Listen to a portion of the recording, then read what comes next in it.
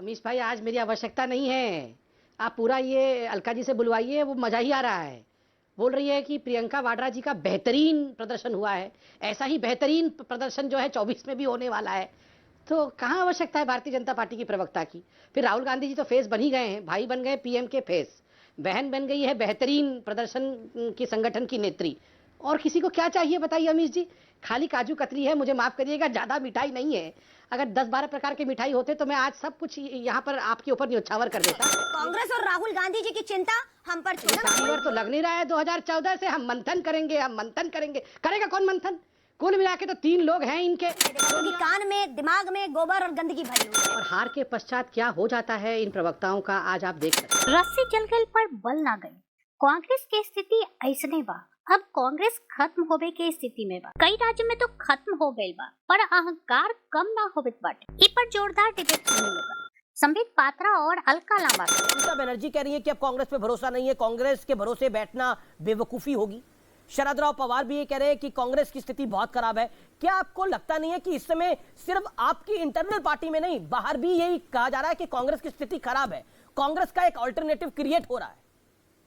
और बीजेपी के साथ जहां बंगाल में ममता बनर्जी लड़ाई लड़ रही है, वहीं उत्तर प्रदेश में समाजवादी पार्टी लड़ाई लड़ रही है, बिहार में आरजेडी वो लड़ाई लड़ रही है। कांग्रेस कहां पर है?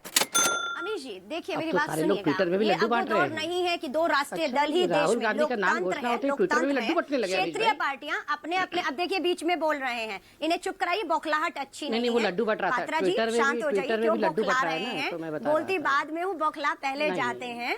हाँ, मैं आपको फिर बता रही हूँ, बौखला तो गया, 2 सीट मिले हैं ना हमें उत्तर प्रदेश है नहीं है, पर कांग्रेस और राहुल गांधी जी की चिंता हम पर छोड़ो। कोई तो बोलूंगा ना, हम किसी की चिंता कर रहे हैं, हम सिर्फ डिस्कशन कर रहे हैं टॉपिक के ऊपर। और क्या आपको लगता है प्रियंका गांधी जी ने बहुत अच्छा काम किया? एक सेकंड, एक सवाल का जवाब छोटा था। प्रियंका गांधी वाड्रा ने बहुत अच्छा काम किया यूपी के अंदर? ये प्रियंका गांधी की अच्छी परफॉर्मेंस थी उत्तर प्रदेश के अंदर?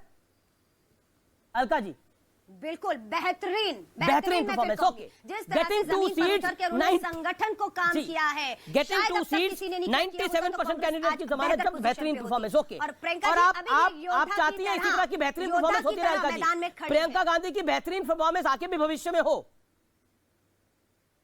24 में दिखेगी आपको। अभी उन्होंने जो मेहनत की है जमीन पर, सड़क पर, लोगों के मुद्दे, मतलब 2024 में भी प्रियंका गांधी की यूपी वाली बेहतरीन परफॉर्मेंस दिखेगी। काम करें 2024 में भी प्रियंका गांधी जी की यूपी वाली बेहतरीन परफॉर्मेंस दिखेगी। वो दोबारा यूपी लौटेंगी और 24 में ठीक है। संबित पात्रा अनाउंसमेंट हो गई अब तो, ठीक है Sambit Patra. Okay Sambit Patra, make your point. Amish भाई आज मेरी आवश्यकता नहीं है। आप पूरा ये अलका जी से बुलवाइए, वो मजा ही आ रहा है।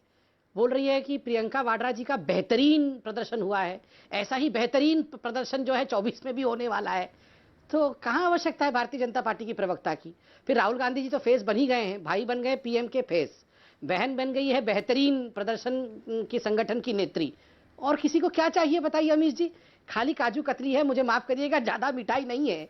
अगर 10-12 प्रकार के मिठाई होते तो मैं आज सब कुछ यहाँ पर आपके ऊपर न्योछावर कर देता।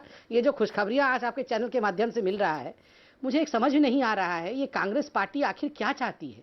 मतलब कोई अगर सुसाइड करे और आप यहाँ बैठकर, हम यहाँ बैठ के उनको समझा रहे हैं कि सुसाइड करना अच्छी बात नहीं है, आत्महत्या नहीं करना चाहिए, आप प्लीज मान जाइए। वो बोल रहे हैं हम तो सुसाइड करेंगे, तुम कौन हो हमारी चिंता करने वाले। मतलब फंदा बना रहे हैं, ऐसे से फंदा बना करके गला डाल रहे हैं। तो हम बोल रहे हैं तुम्हारा चिंतन शिविर कब होगा, मंथन कब होगा, क्यों नहीं हुआ, तुम कौन हो, तुम क्यों चिंता कर रहे हो हमारी मंथन की, तुम क्यों चिंता कर रहे हो हमारी फंदा की। और फंदे में गला भी डाल दिया है, पूरा फंदा बना के गला। अमीश भाई अहंकार क्या होता है और हार के पश्चात क्या हो जाता है इन प्रवक्ताओं का आज आप देख सकते हैं। नर्सरी क्लास के बच्चे भी इस प्रकार व्यवहार नहीं करते हैं जिस प्रकार ये कांग्रेस के घमंडी अहंकारी प्रवक्ता आके व्यवहार करते हैं। और नतीजा ग्राउंड पे दिखता है। जिस प्रकार के भाषा का प्रयोग प्रधानमंत्री के लिए, जिस प्रकार भाषा का प्रयोग अपने को पैनलिस्ट के लिए ये लोग करते हैं। चुनाव हार गए, बिल्कुल चुनाव हारा मैं 5,27,000 वोट पूरी में लेके आया। जमानत जब्त हुआ था हमारी दीदी का, अभी लड़ी थी चांदनी चौक से, मेरे ख्याल से कुछ 400 वोट आए थे इनके। तो ये सब छोड़ दीजिए, ये सब कंपैरिजन। हम बहुत छोटे छोटे कार्यकर्ता हैं, हमारे में क्या औकात है, हम किसी को क्या आईना दिखाएंगे। चर्चा में आए हैं, चर्चा करते हैं। देखिए यहाँ पर कहा गया कि एक अचानक दीदी के मुंह से सच्चाई निकल गई। उन्होंने कहा हमारा तो चिंतन शिविर होगा, वैसे चिंतन शिविर होता है, इन्होंने कहा चिंतन शिविर। सारा चिंतन कांग्रेस का 2014 से ही सीवर में गया हुआ है। कहां से चिंतन शिविर होगा? ये चिंतन शिविर कभी करेंगे? आप बताइए, 2014 से बोल रहे हैं कि चिंतन शिविर होगा। कब से शिविर, कैसे शिविर होगा? कोई टेंट देखा आपने शिविर लगने वाला? एक कील देखी आपने? एक बंबू देखा आपने कि हम शिविर लगाएंगे? शिविर तो लग नहीं रहा है 2014 से। हम मंथन करेंगे, हम मंथन करेंगे। करेगा कौन मंथन? कुल मिला के तो 3 लोग हैं इनके, सोनिया गांधी, राहुल गांधी, प्रियंका वाड्रा। कौन करेगा मंथन? आप मुझे बताइए। मंथन करने के लिए भी बीच में पहाड़ रख के 2 लोग इस तरफ और 2 लोग इधर होने चाहिए, रस्सा खींचने के लिए, मंथन करने के लिए। कौन खींचेगा रस्सा इनका? कुल मिला के 3 लोग हैं, मंथन करेंगे, मंथन करेंगे। राहुल गांधी चेहरा होंगे, मंथन करेंगे। हाँ, ये आज के डिबेट में मुझे भी गाली दिया, प्रधानमंत्री को भी गाली दिया, ये सब कुछ हम सुनने को तैयार है। ये जो खुशखबरी इन्होंने देश के लिए, पूरे अंतर्राष्ट्रीय समाज के लिए दिया है, बल्कि कि राहुल गांधी जी जो चेहरा होंगे प्रधानमंत्री का 2024 में, ये खुशखबरी है। हम सब गाली आज भुला देंगे। और मैं तो अपनी बहन अलका लांबा को बहुत बधाई देता हूँ कि बहुत बहुत बहुत बधाई। आप बिल्कुल राहुल गांधी जी को प्रोजेक्ट करिए। मैं तो अभी लड्डू मंगा रहा हूँ, हो सकता है शो के बीच में भी आ जाए। मैं अभी मंगाता हूँ, लड्डू ही मंगा लेता हूँ, खिलाई देता हूँ लड्डू। ओके, अलका जी, नेतृत्व और उनकी क्षमताओं पर पूरा भरोसा है। नहीं अमीश जी, मैं यही कह रही हूँ, तो देश के हमारे लाखों कार्यकर्ताओं पर को श्री राहुल गांधी जी की क्षमताओं और नेतृत्व पे कोई शक नहीं है। बिल्कुल वो हमारे नेता हैं, चुने जाएंगे 24 में, वही चेहरा होगा। ये हर कार्यकर्ता चाहता है। बाकी जो चीजें, एक ही पार्टी है, लोकतंत्र है, चुनाव होगा, कार्यकर्ता वोट करके चुनेगा और सब चीजें आ जाएंगी।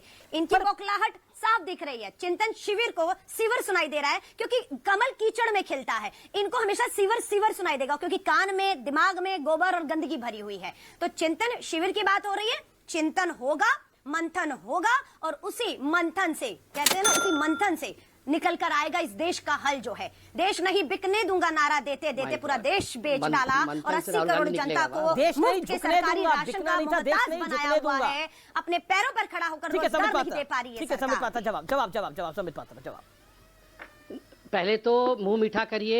मैं काजू कतली, लड्डू तो मिले नहीं है, काजू कतली आए हैं। राहुल गांधी जी जो पीएम के फेस बनने वाले हैं 2024 में, उसके लिए काजू कतली सबके लिए है। पहले अलका जी मुंह मीठा करें। अमीश भाई आप भी मुंह मीठा करिए। धन्यवाद, स्वीकार कर रहे हैं, वही बनेंगे। हाँ, थैंक यू। नहीं, थैंक यू। मतलब आप चेहरा राहुल गांधी को आपने आज घोषित किया है, ये कोई छोटा विषय नहीं है। देखिए अमीश भाई, मुझे तो एक कहावत है, रस्सी। हाँ, ठीक है। तो फिर चाहता है तो जल्दी जल्दी वो करा लीजिए ना, जो नॉन वर्किंग कमेटी की आपकी बैठक होती है, उसमें वोटिंग करा के घोषित करिए। हम लोग को दोबारा होली मनाने का मौका दीजिए। देखिए अमीश भाई, ये कहावत है ना, आपके यहाँ तो कोई चुनाव नहीं होता, मोदी जी, शाह, नड्डा, यही चलता रहता। अमीश भाई, थोड़ा लोकतंत्र तो बहाल करो यहाँ पर ना। और हार की बात ज्यादा की मुझे लगता है स्वर्गीय अरुण जेटली जी, डिबेट में तो थोड़ा सा, पर आपने खुद बोला मोदी जी, अमित शाह और नड्डा हो जाए।